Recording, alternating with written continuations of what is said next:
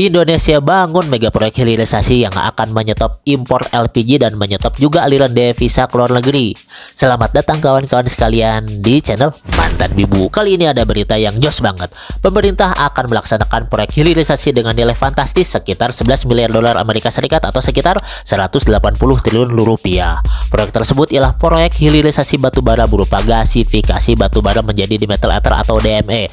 Nah, si dimetal ether ini yang akan menggantikan gas LPG karena dimetal ether sejatinya ialah gas yang mudah terbakar dan akan menjadi cair bila diberi tekanan tinggi, mirip persis layaknya gas LPG. Berita yang dilansir dari CNBC Indonesia dituturkan oleh Direktur Jenderal Mineral dan Batubara Kementerian SDM, Triwinarno. Pemerintah tengah mempercepat 21 proyek hilirisasi yang bernilai 45 miliar dolar Amerika Serikat, dan salah satunya ialah proyek gasifikasi batubara bermineral rendah ini yang banyak di negara kita, bernilai sekitar 11 miliar dolar Amerika Serikat alias 180 triliun rupiah yang tadi. Sepertinya ini menindaklanjuti hasil rapat tertutup Kabinet Presiden Prabowo tentang hilirisasi pada hari Senin kemarin tanggal 3 Maret 2025. Disampaikan oleh Menteri SDM Bahlil Lahadalia, kita juga akan membangun DME atau dimetal ether berbahan baku daripada batu bara low kalori sebagai substitusi dari LPG. Kita juga akan lakukan agar betul-betul produknya bisa dipasarkan di dalam negeri sebagai substitusi LPG impor. Menteri Bahlil juga menyampaikan yang isinya bahwa sebenarnya sudah ada investor asing yang akan berkontribusi di proyek hilirisasi, tapi hal itu tidak bisa diimplementasikan karena beberapa alasan. Ya mungkin karena menyangkut harkat hidup orang banyak ya, menyangkut dapurnya rakyat senegara Indonesia. Jadi gak mungkin kalau misalnya dipegang oleh asing. Menteri Bahlil juga menyebutkan bahwa kita tidak butuh investor, semua memanfaatkan resource dalam negeri dari mulai modal, bahan baku, dan SDM-nya juga. Kalau urusan teknologi ya mungkin kita bisa panggil asing, tapi kan perjanjiannya kan bisa beda. Dan salah satu pemodal besar dalam proyek ini ialah Badan Pengelola Investasi Daya Anagata Nusantara atau bisa dikenal dengan BPI Danantara. Dengan adanya substitusi LPG atau liquid petroleum gas ke DME atau dimethyl ether, diharapkan kita bisa memangkas subsidi gas yang sebenarnya menjadi PR pemerintah dari dulu, membebani APBN kita. Karena setidaknya dari tahun 2024 kemarin saja, nilai subsidi gas melon LPG yang biasa nyempil di kolong-kolong meja kompor di tengah dapur kita ini mencapai 74,3 triliun rupiah.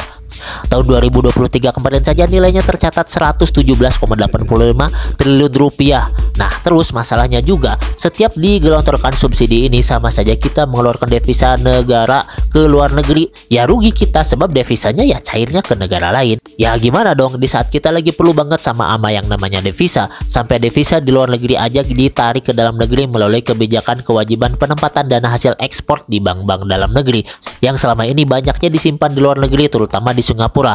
Nih ada nih di videonya ya di kanan atas ini ya. Nah terus pembentukan Danantara juga kan pada dasarnya untuk menghimpun aset dan devisa negara yang bisa dipergunakan pada kegiatan investasi jadi penggerak ekonomi negara.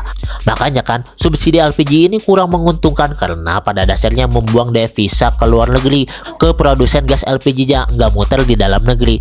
Oh ya ada satu lagi yang penting, subscribe sama like-nya dulu ya kan. Kalau teman-teman sekalian pengen tahu emangnya kayak gimana sih subsidi gas LPG itu hingga bisa sebesar itu gitu, ngabisin uang 74 triliun lah, ngabisin sekitar 117 triliun lah. Nah, admin coba jelasin dengan segampang-gampangnya ya, mudah-mudahan bisa dimengerti. Pertama ya, kita perlu ketahui juga bahwa sebenarnya harga gas LPG per kilogramnya itu dari kilang produsennya sekitar 9.200 per kilogram. Itu untuk harga internasional kalau kita import, dan maksimal harganya 8.500 per kilogram itu kalau misalnya kita produksi dalam negeri ya, ibaratnya itu harga lokal ya, kita buletin aja 9.200 lah ya, ikutin yang paling besar. Kedua, perlu diketahui juga bahwa sebenarnya harga distribusi, margin agen, operasional dan lain-lain untuk per tabung 3 kilogramnya aja sekitar 15.000. Jadi realnya harga gas itu per tabung sekitar 9.200 dikali 3 kilo atau jadi 27.600 ditambah dengan 15.000 jadi 42.600. Ya udah kita buletin aja 45.000 lah, anggap ada biaya-biaya lain. Nah, jadi ya udah tahu kan kenapa harga aslinya itu bisa lebih mahal, makanya perlu disubsidi. Ketiga, pemerintah itu menetapkan berapa sih besaran subsidi yang pantas agar si melon yang kita beli ini terjangkau oleh rakyat di suatu daerah. Kita bisa mengenalnya dengan harga eceran tertinggi atau HET. Misal harga eceran tertingginya di suatu daerah ditentukan jadi 12.750, berarti 45.000 dikurangi 12.750 jadi 32.250. Nah, yang pemerintah talangin melalui subsidi itu sekitar 32.250 per tabung atau 10.750 per kilogram. Oh ya, kenapa biaya harga eceran tertinggi atau HET ditentukan oleh pemerintahnya itu bisa beda-beda di setiap daerah? Ya karena dipengaruhi oleh faktor distribusi seperti jarak dari depot LPG-nya, infrastrukturnya juga, dan biaya transportasinya juga.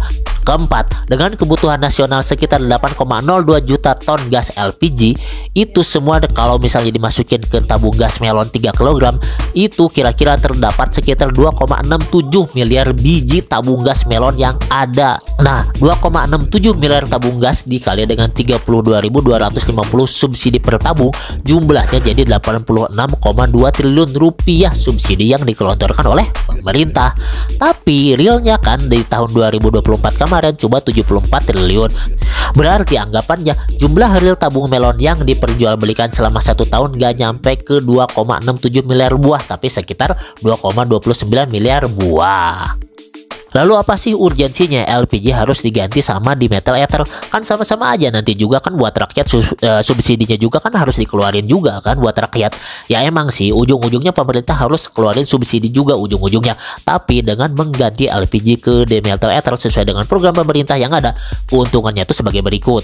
Pertama, harga per kilogramnya tuh bisa lebih murah. Jika harga LPG 9.200 per kilogram, menurut halaman ekonomibisnis.com ya, harga di metal ether sekitar 6.720.000 per ton, alias 6.720 per kilogram.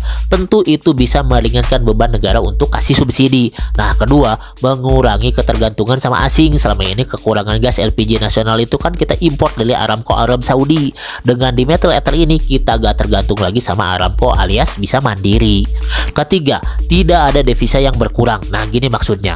Dari kebutuhan gas LPG sekitar 8,02 juta ton per tahun itu, ternyata cuma 1,7 juta ton yang kita bisa produksi dalam negeri.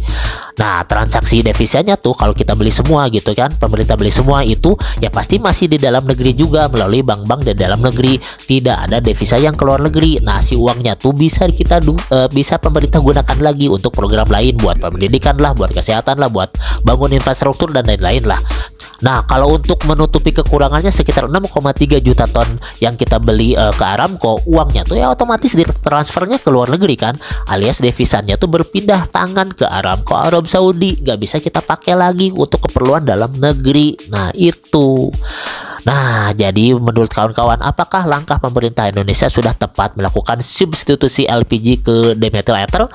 Kenapa pemerintah tidak mengganti LPG ke LNG gitu kan? Padahal kan LNG di negara kita kan banyak banget gitu kan. Ya silahkanlah tulis di kolom komentar ya. Kalau misalnya kawan-kawan juga sekalian pengen admin bahas kenapa pemerintah nggak ganti LPG ke LNG, ya silahkan berkomentar lah ya.